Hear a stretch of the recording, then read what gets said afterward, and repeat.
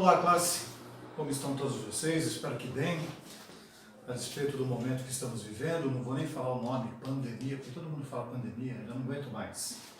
Quarentena, pandemia, Covid-19, novo coronavírus. Aliás, eu não sabia nem que existia corona, quanto mais um novo. Mas, enfim, espero que todos estejam bem com a graça de Deus.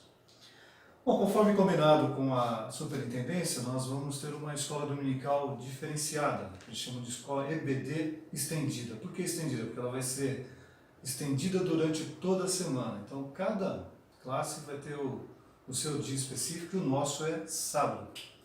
Apesar que eu estou gravando na sexta-feira, então se eu errar a data, não se preocupem, tá bom? Eu conversei com a Beth, nós fizemos a opção de retomar a revista. Porque assim que acabar a quarentena, e se nós conseguirmos avançar nas aulas, talvez a gente já retome as aulas normais, iniciando uma nova revista, tá bom? Então nós vamos retomar aquela aula que nós paramos no meio, que é a aula a respeito de ideologia de gênero, a aula número 6. Nós vamos aplicar a partir da segunda parte. A primeira parte nós abordamos alguns aspectos relacionados ao contexto histórico e sociocultural. Aliás, o contexto sociocultural é que causa maior polêmica, por isso que nós não conseguimos concluir a aula, porque houve muitas dúvidas, muita participação da classe. Aliás, o que é mais estranho dando aula para vocês agora é exatamente isso, eu estou sentindo falta. A única aluna que eu estou aqui é a dela. Eu pedi para ela orar, mas ela não quis. Mas enfim... Vamos então voltar à segunda parte da nossa aula, a aula de número 6. Antes, porém, vamos orar. Pai querido, Pai amado, muito obrigado, Deus, porque o Senhor nos permite, ó Deus, mesmo que de uma forma tão diferente, retomar as aulas de escola dominical, Pai. Sabemos o quanto é importante estudarmos a Tua Palavra. Dá-nos, ó Deus, sabedoria para aprendermos aquilo que o Senhor quer, Pai, de nós, aquilo que está revelado na Sua Palavra. Nós estamos com um tema tão polêmico, Pai, que realmente necessita que nós usemos o nosso tempo para tentar entender o que a Tua Palavra diz a respeito desse tema, que é a ideologia de gênero, Pai. Nos ajude nisso, porque nós precisamos da sabedoria que vem do alto, Pai. Nós te agradecemos, pedimos que o Senhor esteja abençoando a cada aluno, Pai, a cada professor que esteja acompanhando, a cada membro da igreja que esteja acompanhando essa aula. Pai, nós te louvamos, te agradecemos e o fazemos no nome do Senhor Jesus. Amém. Pois bem, classe, o nosso texto base é o Gênesis, capítulo 1, versículo 26 e 27, que diz o seguinte: Também disse Deus, façamos o homem à nossa imagem, conforme a nossa semelhança, tenha ele domínio sobre os peixes do mar, sobre as aves do céu, sobre os animais domésticos, sobre toda a terra e sobre todos os répteis que rastejam pela terra. Criou Deus, pois, o homem à sua imagem, a imagem de Deus o criou. O homem e mulher o criou. Então esse é o nosso texto base. Vamos só retomar alguns pontos que nós, aliás, já faz muito tempo, eu creio que já fazem até 2 meses que nós demos a primeira parte. Então, só para a gente lembrar um pouquinho, o que é a definição, né, de ideologia de gênero? A ideologia de gênero, ela faz uma distinção entre sexo e gênero, dizendo que o primeiro é determinado biologicamente e o que o segundo é determinado sociologicamente. Ou seja, uma pessoa pode biologicamente nascer mulher, mas ela pode virar ou se transformar em homem, ou se sentir homem, ou se considera um homem genericamente, e é o seu gênero a partir das ideias ou dos relacionamentos, enfim, da construção social. É ela que vai afetar, é ela que vai dizer se a pessoa é homem ou mulher, não mais o sexo, segundo a ideologia de gênero. A origem desse conceito, de onde que surgiu esse conceito? Parece que é algo bem recente, porque tem sido discutido principalmente no nosso congresso, né, ultimamente, mas na realidade isso já vem desde o século XIX, primeiro com Sigmund Freud, considerado o pai da psicanálise, aquele que explica tudo, né? Porque se Freud não explica, fica difícil a gente entender alguma coisa. Mas enfim, se iniciou com ele. Outro também do século XIX é Jacques Lacan, que é psicanalista francês, crítico das ideias de Freud. Mas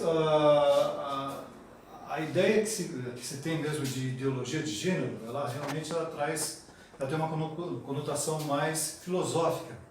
E aí nós temos então Simone de Beauvoir, que é escritora e filósofa existencialista francesa, e Jean-Paul Sartre, que é filósofo. A Simone de Beauvoir, ela escreveu um livro chamado A Mulher Não Nasce, a Mulher se sente, se torna. Então esse livro traz bem a ideia daquilo que nós falamos com relação à definição da ideologia de gênero. E isso é sustentado por Jean-Paul Sartre, que por acaso, como nós vimos, né, é marido dessa Simone de Beauvoir. E uma das frases mais famosas de Jean-Paul Sartre é exatamente: a existência precede a essência, ou seja, o homem nasce sem absolutamente nada. Tudo ele vai adquirir a partir do momento que ele nasce. Ou seja, ele não tem nenhuma predisposição, ele vai adquirindo tudo através da influência social, através das experiências que ele vai tendo a partir da sua existência. Então isso daí tira exatamente Deus da jogada, né? Porque ele faz exatamente ele trata exatamente essa questão de Deus, né? Porque nós, principalmente nós, reformados calvinistas, nós entendemos que o homem já nasce herando a depravação total, né? O homem já nasce mal, conforme a própria Bíblia nos diz. E Jean-Paul Sartre diz que não, que o homem ele vai ser formado, ele vai tomando, vai se compondo a partir das suas experiências, a partir das suas relações com a sociedade. Então, isso daí que também a origem do conceito nasce em função dessas ideias, dessas filosofias, né? Que falam que o homem realmente pode ser moldado, não só com relação ao seu caráter, né? A sua ética, mas também na sua questão sexual, né? Que ele passa a fazer a opção a partir dessas então, experiências sociais que ele vai ter ao longo da sua vida. Pois bem, aí nós vamos voltar à revista, e aí o segundo ponto que nós paramos, né, que como respondemos a tudo isso, né? O que a palavra de Deus tem a nos dizer a respeito dessas ideias, né? Aqui a gente até coloca que o mero bom senso e os fatos negam esses absurdos, realmente são absurdos. Porque a questão de gênero, ela não trata apenas do homem querer ser mulher e da mulher ser homem.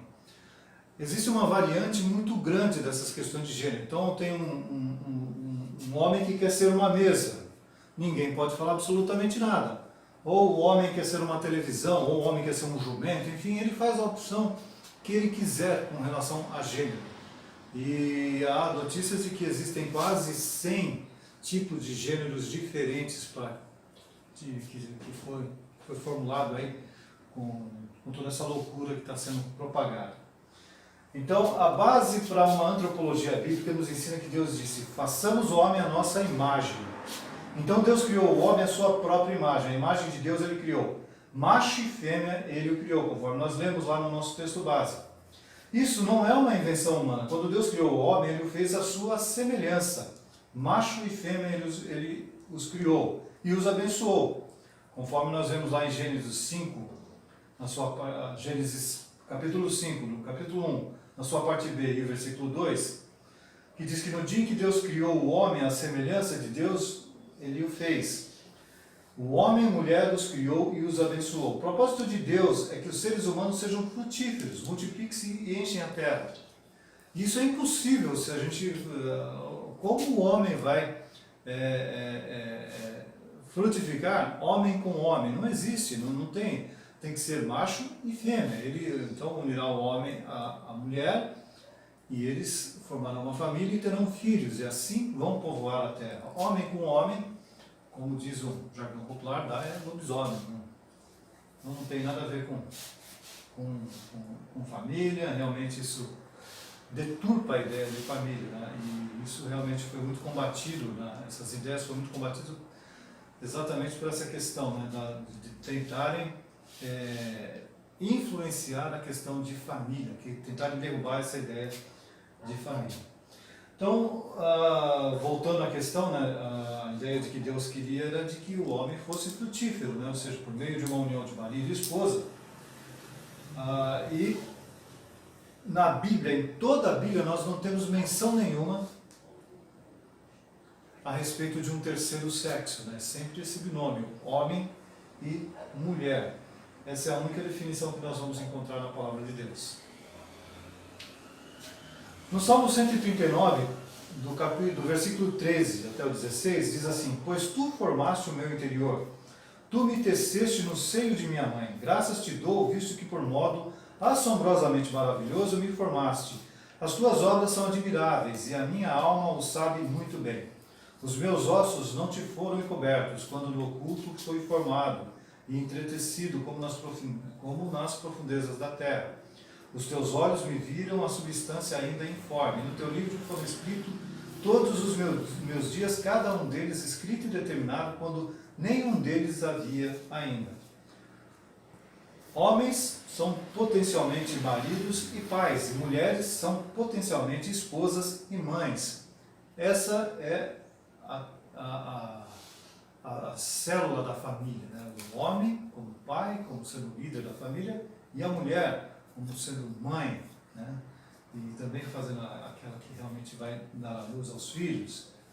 Então, com isso, o nosso ponto de normatividade é que o sexo biológico de uma pessoa revela e determina o seu gênero e seus papéis. Então, o homem tem esse papel dentro da família, tem esse papel dentro da sociedade. Não há espaço na antropologia bíblica e no bom senso, de uma forma geral, para sexos adicionais ou gêneros intermediários. Da forma como Deus fez-nos, nós devemos permanecer homem e mulher. Qualquer coisa que fuja disso está indo contra a lei de Deus. Essa ideia é ratificada por Jesus em Marcos, no capítulo 10, de 6 a 8, que diz: Porém, desde o princípio da criação, Deus fez o homem e mulher. Por isso deixará o homem a seu pai e a mãe e unir-se-á à sua mulher. E com a sua mulher serão os dois uma só carne, de modo que já não são dois, mas uma só carne. Essa ideia de Jesus, ela corrobora com a questão da criação. Isso é revelado lá em Marcos, palavras do nosso Senhor. Na lei moral, não há espaço para mudanças de sexo por meio de trajes. A mulher não usará roupa de homem, nem o homem veste peculiar à mulher, porque qualquer que faz tais coisas é abominável ao Senhor teu Deus. Isso está lá em Deuteronômio 22, no versículo 5, que trata a respeito dessa lei moral. Então, primeiramente, essa palavra abominação mostra a extensão desse erro e o valor da distinção dos sexos estabelecida na criação. Mais uma vez, uma proteção da ordem da criação na manutenção dos gêneros. E aqui cabe até uma ressalva com relação ao termo de lei moral, ou seja, as leis morais de Deus são aquelas leis que são baseadas na natureza do próprio Deus. O próprio Deus é o padrão absoluto de justiça, visto que as leis morais refletem sua natureza e caráter. Elas são imutáveis e irrevogáveis, mesmo pelo próprio Deus. Visto que a natureza moral de Deus não muda e não pode mudar mesmo, conforme nós lemos lá em Êxodo 3:14, Isaías 41:4, Hebreus 1:11 e 12. Então, as leis que são baseadas nessa natureza são absolutas. Elas não podem ser relativizadas como estão sendo feitas hoje.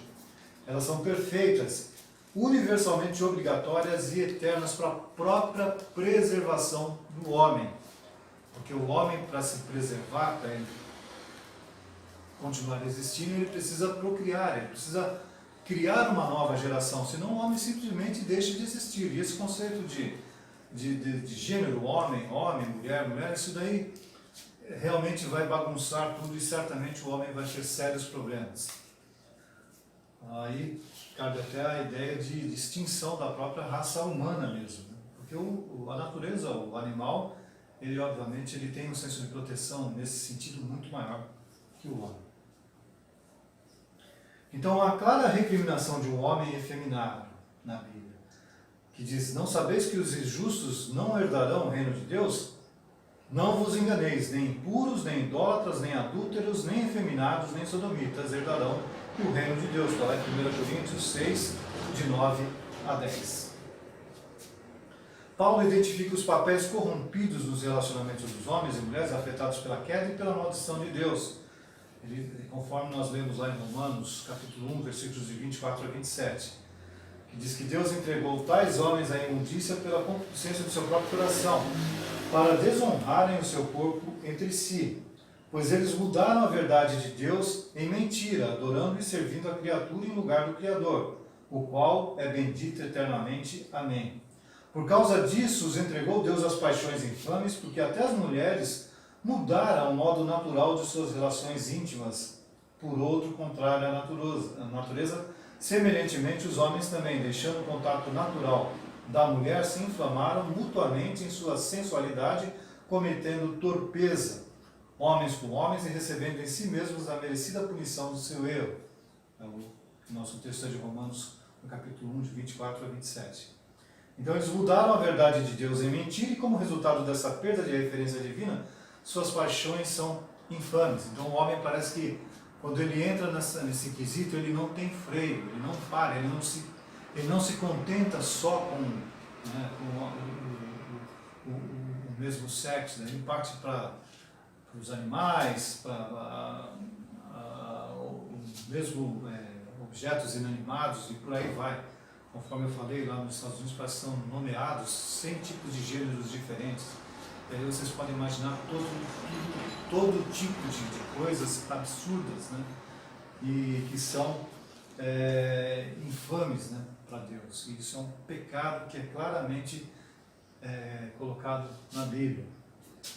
E nós precisamos saber e entender isso, até porque o mundo precisa de respostas. Nós precisamos nos colocar para dar essas respostas ao mundo, respostas que o próprio Deus nos deu através da sua revelação. Todo ser humano deve aceitar o binário masculino e o feminino. Não temos o direito de fazer o que quisermos com os nossos corpos. Pertencemos a Deus e devemos glorificá-lo com os nossos corpos, como Ele nos fez. 1 Coríntios 6,20 diz: fostes comprados por preço, agora, pois, glorificai a Deus no vosso corpo. O cristão, ele tem que exatamente glorificar a Deus com o seu próprio corpo. Agora, se ele começa a praticar a torpeza que nós lemos lá em Romanos 1, como é que nós estaremos glorificando a Deus se nós assumirmos um outro gênero? Como é que eu posso glorificar a Deus se amanhã ou depois eu achar que eu sou uma mesa, ou que eu sou um animal, ou que eu sou uma mulher? Isso realmente não faz o menor sentido. Deus não nos criou para isso. Mas então a gente entra no terceiro ponto, né? Diante disso, a Bíblia deixa bem claro que essa é uma questão que é pecado e tem que ser tratado à luz das Escrituras. O terceiro ponto é exatamente como lidar com essas pessoas, com quem sofre esse tipo de problema, esse tipo de dificuldade. Primeiro, tais pessoas devem ser evangelizadas e tratadas. Olha o que diz lá 2 Coríntios 5,17. E assim, se alguém está em Cristo, é nova criatura, as coisas antigas já passaram, eis que se fizeram novas. Então, crer na obra maravilhosa de Cristo e passar por um novo nascimento se faz necessário. Assim, aqueles que têm esses problemas terão uma nova identidade em Cristo e passarão a ser filhos e filhas de Deus vivendo para Ele. Segundo, devem reverter qualquer quadro de mudança de gênero assumido antes da conversão. Então, aquilo que essa pessoa praticava, ela tem que simplesmente deixar. Ela tem uma nova vida em Cristo.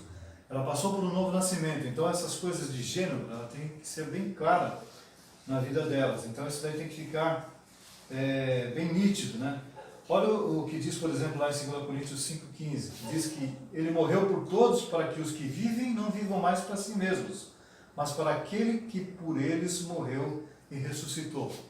Eu não tenho o direito de escolher qualquer coisa que não seja aquilo que o próprio Deus me fez. Então, eu sou um homem, ou você é uma mulher. Então, é dessa forma que nós devemos viver, porque é dessa forma que Cristo entregou a sua vida. Cristo entregou a minha vida da forma como eu fui criado. Então, sua vida foi entregue por mim por essa forma. Então, essas pessoas elas têm que entender isso, né? Eles devem reverter qualquer quadro de mudança de gênero assumido antes. Então, mesmo nas vestes, as pessoas que se vestiam, que usavam cortes de cabelos diferenciados, maneiras de andar, maneiras de falar, têm que ser modificados, né? Porque Essas pessoas passaram por um novo nascimento, passaram por uma conversão, a partir, é claro, do primeiro passo, que é a evangelização. E elas devem ser evangelizadas e tratadas. Isso será uma vitória sobre o pecado, né?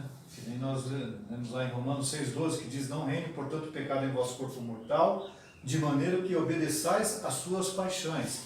Então, tudo que era antigo, tudo que era passado, já foi.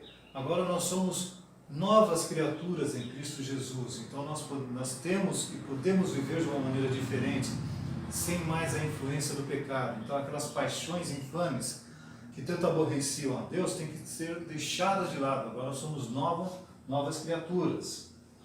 O Romanos 6,4 diz que fomos, pois, sepultados com Ele na morte pelo batismo.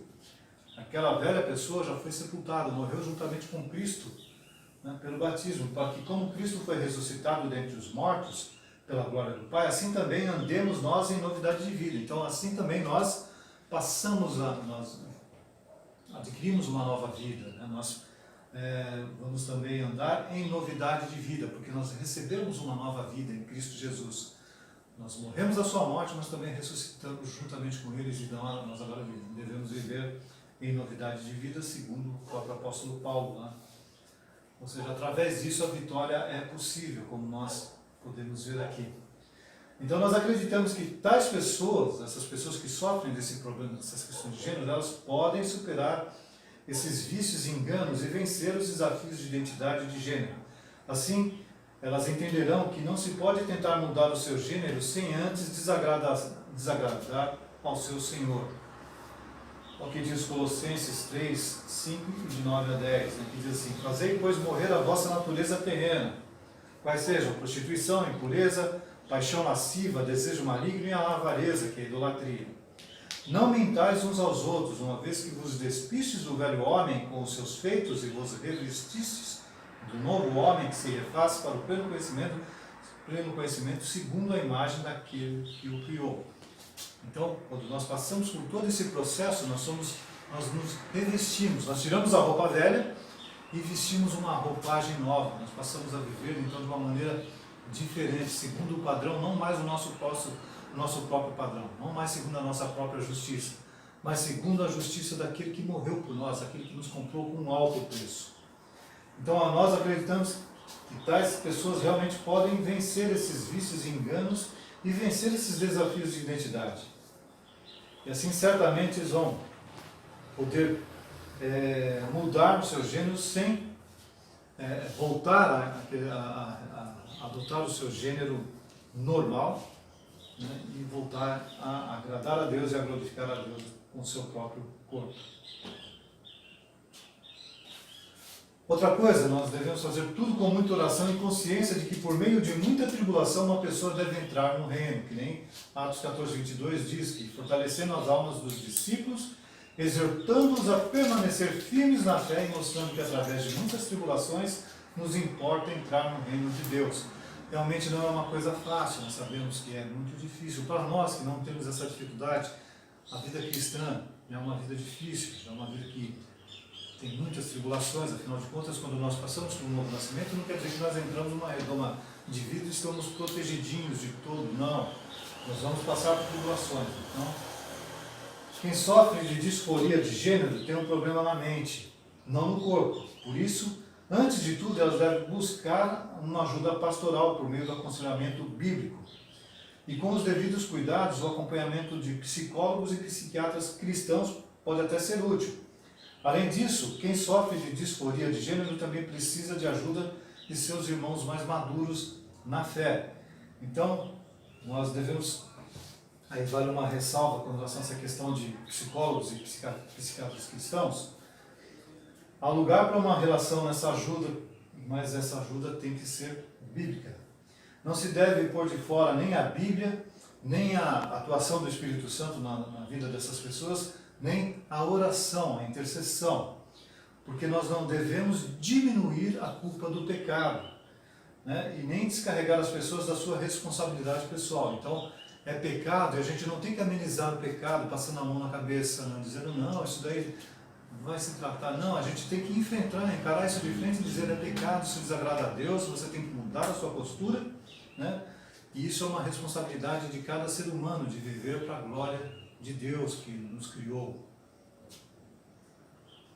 Esses irmãos que sofrem com essa disforia devem ser orientados a, primeiro, lutar contra tudo os que desviam do amor a Deus e usar o corpo para a glória de Cristo. Aliás, eu falei de disforia, nem falei exatamente o que significa disforia. Disforia é o contrário de euforia, né? Ou seja, é um estado de infelicidade generalizada, uma inquietação, uma insatisfação, uma espécie de frustração. A pessoa ela não está satisfeita com a sua situação, como homem ou como mulher, e ela busca então mudar isso por causa dessa disforia. Então ela tem que lutar contra isso, lutar contra tudo que a desvia do amor de Deus e usar o corpo para a glória de Cristo. E talvez isso implique em não se relacionar com ninguém enquanto não resolver o problema da disforia. E não conseguindo resolver isso, ou seja, se ela não conseguir se manter longe de uma pessoa do mesmo sexo, talvez viver como um eunuco espiritual, ou seja, a abstinência sexual, viver agora me fugiu a palavra. Se eu estivesse com todos os alunos, certamente vocês me ajudariam, mas enfim, é como o padre católico. O padre católico, ele opta por não casar. Você sabe, né? Não estou lembrando também. A palavra me fugiu. Mas vamos para frente, se eu lembrar eu falo para vocês. Segundo ponto, confiar nas promessas de Cristo. Ter nas promessas de Cristo conforto na perspectiva futura. Pois neste mundo nós sofremos com toda sorte de dificuldades, mas temos uma esperança maior.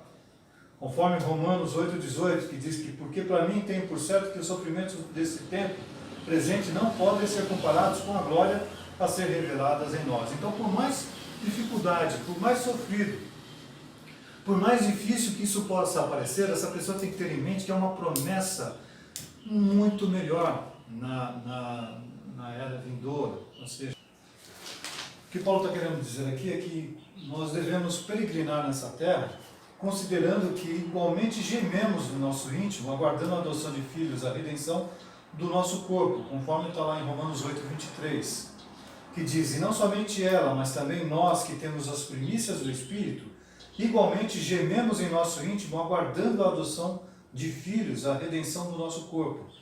Nós temos uma esperança e devemos ter paciência. No versículo 25 ainda vai dizer, mas se esperamos o que não vemos, com paciência o aguardamos. Então, a despeito de qualquer dificuldade, com todos os problemas, nós devemos ter paciência, porque o que nos espera é glorioso, é como o Paulo mesmo vai falar, nem olhos viram, nem ouvidos ouviram, nem jamais penetrou em qualquer coração do homem o que Deus tem preparado para aqueles que o amam. Então, é nessa perspectiva, né, são essas promessas de Cristo que tem que confortar o nosso coração diante dessa perspectiva de futuro. Conclusão. Não podemos de forma alguma aceitar a ideologia de gênero. Isso espero que tenha ficado bem claro para vocês. Ela fere os desígnios de Deus. Além disso, representa anomalias que afetam as pessoas físicas e mentalmente. Isso é tão complicado, é tão difícil, é contrário à natureza do homem. Isso faz com que o homem ele entre em crise existencial grave, porque imagina a cabeça da pessoa. Como eu falei lá atrás, já é difícil nós vivemos normalmente. Quando nós fazemos a opção por um gênero diferente, ainda a nossa cabeça entra em parafuso. E certamente nós vamos ter grandes dificuldades. As ideologias, elas sempre existiram e sempre vão existir. Qualquer que sejam elas, elas afetam o homem, né? E quando essas ideologias elas são contrárias à vontade de Deus, elas afetam mais ainda o homem. Porque o fim principal do homem é glorificar a Deus. E quando nós não fazemos isso, é como se faltasse alguma coisa. Lembra que eu falo para vocês sempre a respeito de quando o Agostinho de Hipona fala que criaste-nos para ti, ó Deus, inquieto estará o nosso coração até que repousa em ti. Então, enquanto nós não repousarmos nos braços de Deus, o nosso coração vai estar inquieto, nós sempre vamos buscar fora coisas que realmente vão atrapalhar a nossa vida, vão atrapalhar a nossa mente, a nossa relação com Deus. Então nós devemos buscar sim em Deus, né? O nosso dever é apresentar as falhas e ao mesmo tempo os caminhos bíblicos para que elas não venham a eclipsar as verdades da lei do Senhor. Eclipsar no sentido de tirar o brilho, que elas realmente não venham tirar o brilho das verdades da lei do Senhor para as nossas vidas, que são perfeitas, que elas são boas, são agradáveis, né? Então é isso que nós devemos espelhar.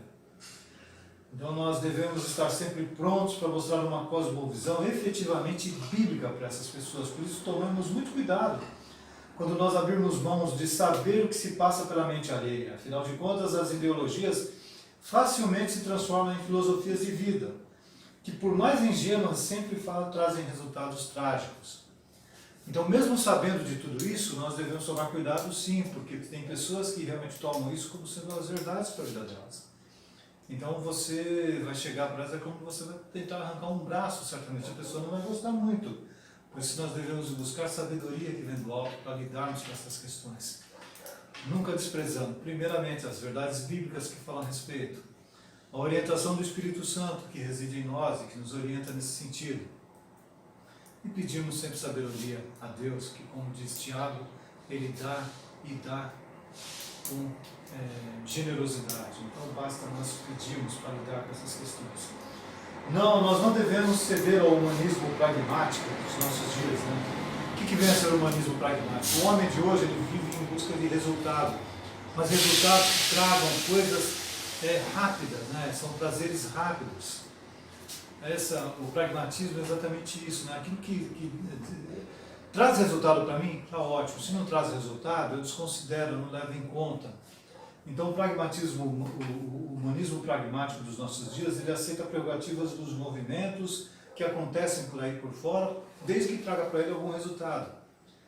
E essa questão de gênero, ela é uma questão que é mais profunda, né? Vai dentro daquelas luxúrias, né? As paixões do coração do homem que ultrapassam os limites do bom senso, e passam para aqueles limites que realmente vão levar a gente a viver uma vida de depravação e de desagrado ao nosso Pai.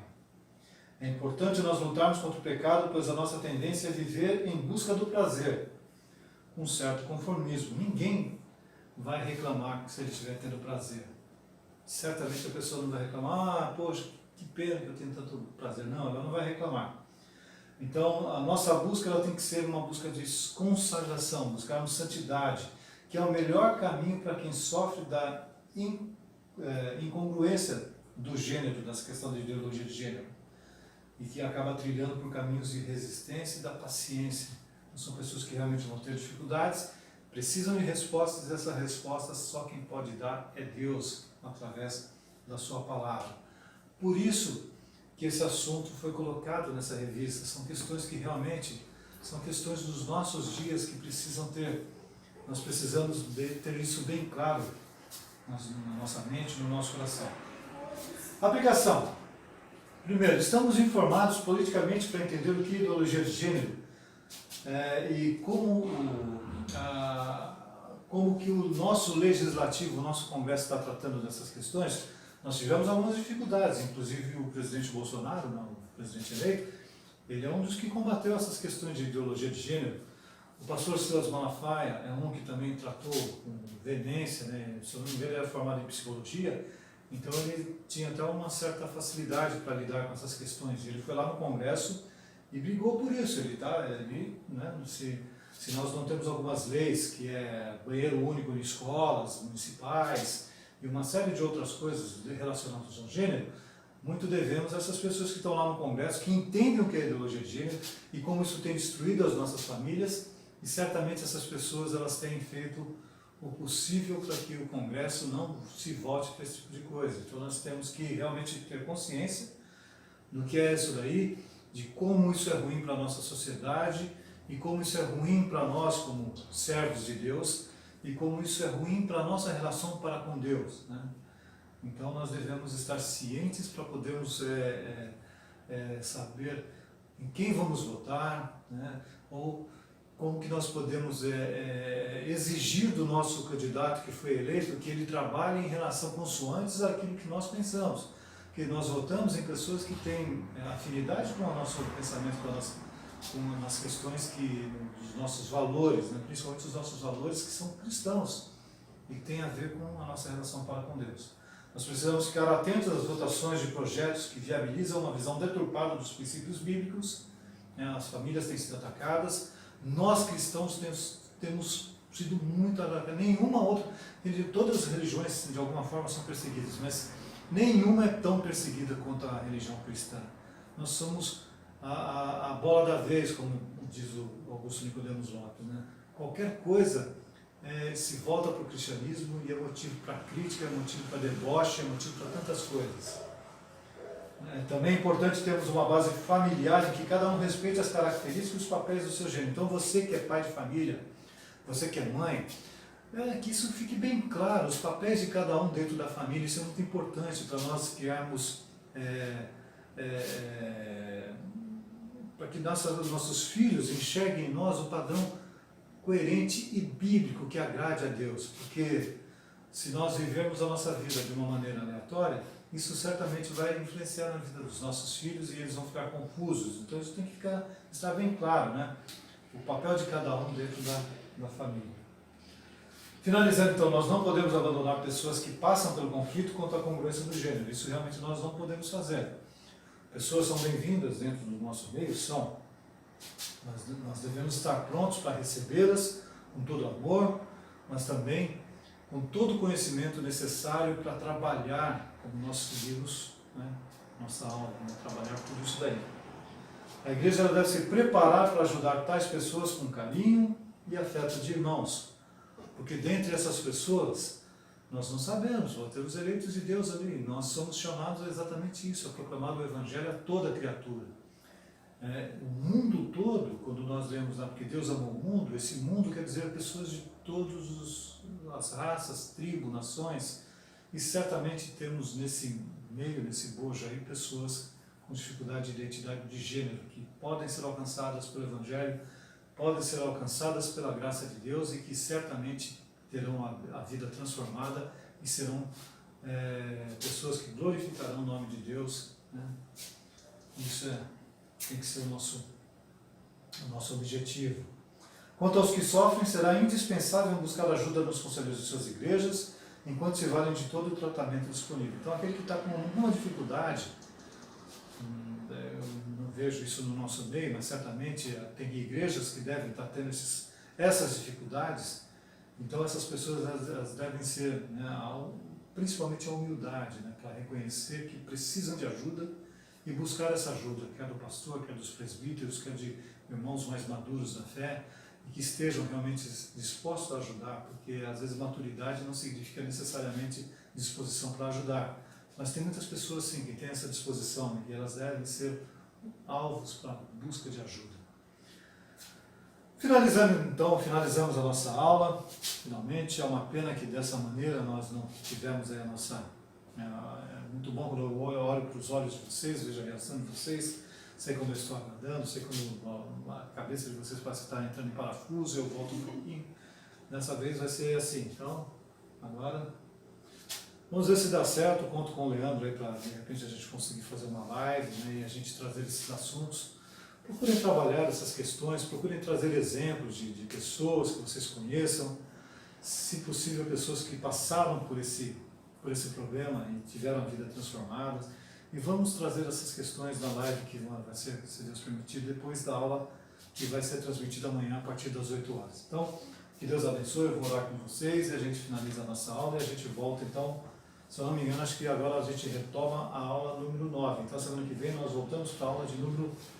Espera aí, pessoal, deixa eu só me certificar, porque daí vocês já vão... a última aula, se eu não me engano, foi o Levi que aplicou. Deixa eu ver se é isso mesmo. Isso, intolerância. Então nós vamos a 8. O que é política? Aí, também bem atual. Como nós vamos entender a nossa política, saída do Moro, permanência as caneladas que o Bolsonaro está dando por aí, vamos entender o que é política à luz das Escrituras. Então, a próxima aula, se Deus permitir, então, no sábado que vem nós vamos falar um pouquinho sobre política, também dividido aí, a própria revista dividiu em parte 1 e parte 2 o que é política. Vamos orar, então. Ó Pai, nós te louvamos, te agradecemos, a Deus, pela oportunidade de estarmos, ó Deus, lendo a Tua palavra, Pai. Vendo através das Escrituras, Pai, os problemas que nós temos, os problemas contemporâneos, que muitas vezes nós, com os nossos próprios esforços, com os nossos braços, nós não sabemos resolver, Pai. Nós te louvamos, te agradecemos pela Tua palavra, Deus, revelada para nós, que nos ajuda nesse sentido. Ajuda-nos, ó Deus, a tratar todas essas questões com sabedoria, Pai, que o Senhor mesmo nos dá. Que nós possamos, ó Deus, reconhecer que realmente o pecado tem que ser tratado, Pai, mas que também devemos lidar com pessoas que certamente precisam do nosso amor, da nossa afeição, Pai, de irmãos, para que elas realmente possam sentir o desejo de Te conhecer, Pai, porque nós amamos porque o Senhor nos amou primeiro. Muitas vezes as pessoas querem Te conhecer porque vem esse amor nas nossas vidas. Muito obrigado, Pai, nós Te louvamos, Te agradecemos por tudo e o fazemos no nome do Senhor Jesus. Amém.